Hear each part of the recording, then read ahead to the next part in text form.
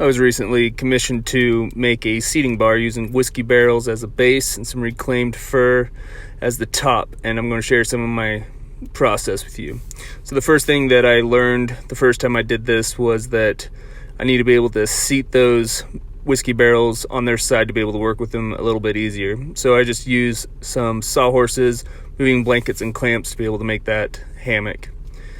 Once I got the whiskey barrels inside that hammock, it was time to secure those metal bands to the whiskey barrel itself.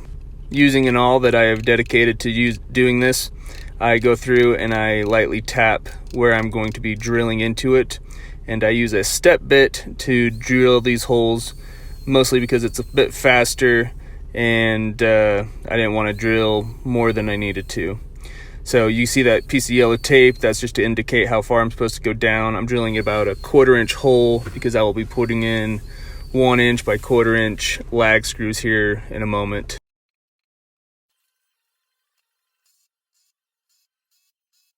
So a thing that I would note if you're going to be using whiskey barrels or wine barrels as furniture, and if you're going to be cutting into them at all, that each slat needs to be secured to that metal strip. They are just barely holding it together. Once you remove them, it would just fall apart. So this was the longest process for me. I think this ended up taking me a couple days.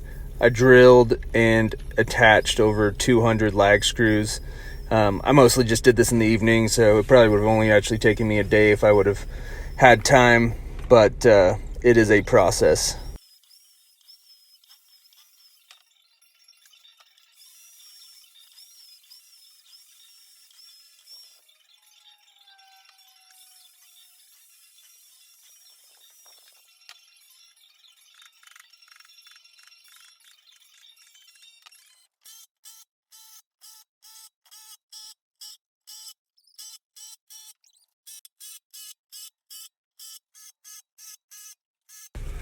Once I successfully attached those bands, it was time to cut them in half. So when cutting these in half, I would definitely just find a slat that is close to the middle on both sides and just cut the band right on that slat. I think originally I was trying to actually cut it in half, but as I said, these are just held together with tension, and the second you cut that band, that wood wants to release.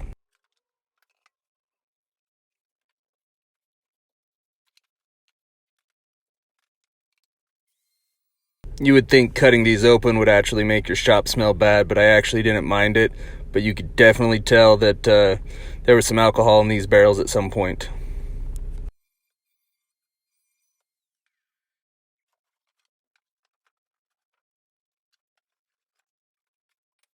So these were going to sit up against the wall, so I wasn't going to put a full backer on it. So to keep it from flexing too much as I was working through them, I just added stretchers across the back. I just used some 3/4 material that I had laying around and a couple 2x4s. And something to note is that the belly of that barrel will give you some funny angles, so I would just push the pieces up against it and draw a line from behind. Then I would just take it to my miter saw and cut as close to that line as possible on that angle.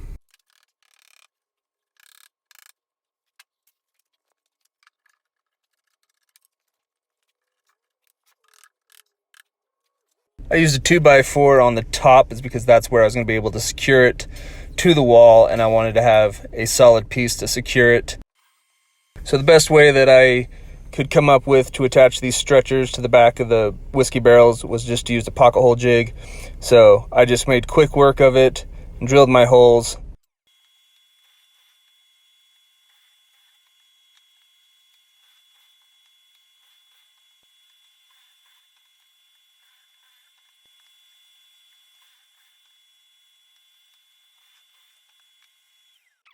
Once all my holes were drilled, I just went back and I attached them to the back and worked like a charm, and this was definitely the easiest and best way to do this.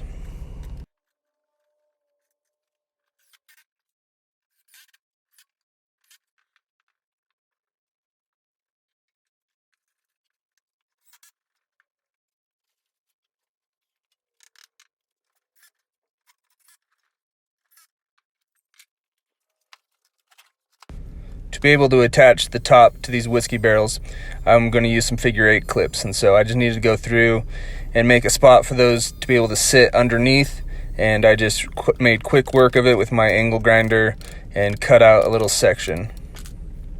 Once I cut out a section, I went through and I made a little spot for that figure 8 clip to be able to sit down underneath the whiskey barrel line.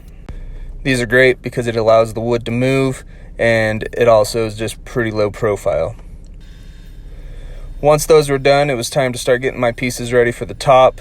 These were some super long reclaimed fir pieces that I pulled out of a old auto shop, and as you can see here, I have my little brother helping me run these through because they were so long.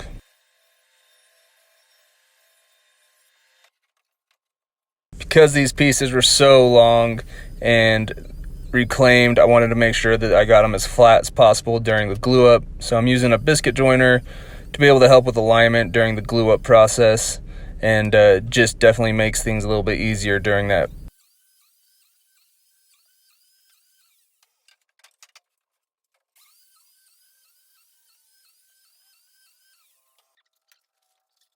Working in a small shop, this top definitely pushed me to as far as I can go. I was pinned on the one side, so I had my little brother help me get these pieces glued together and into clamps.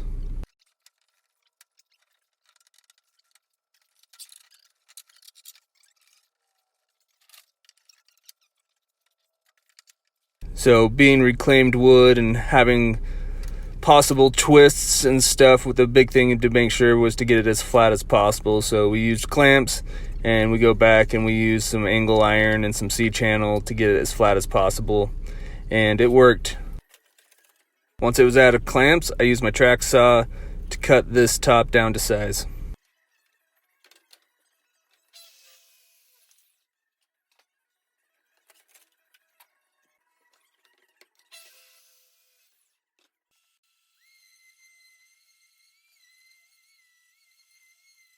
So once I had all my pieces basically done, it was time to sand through everything.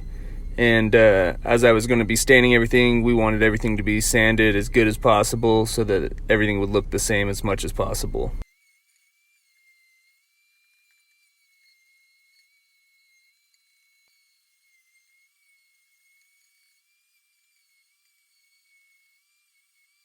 Once I had all my pieces sanded and we blow them off, we went back and we wipe on and wipe off some stain and let it dry.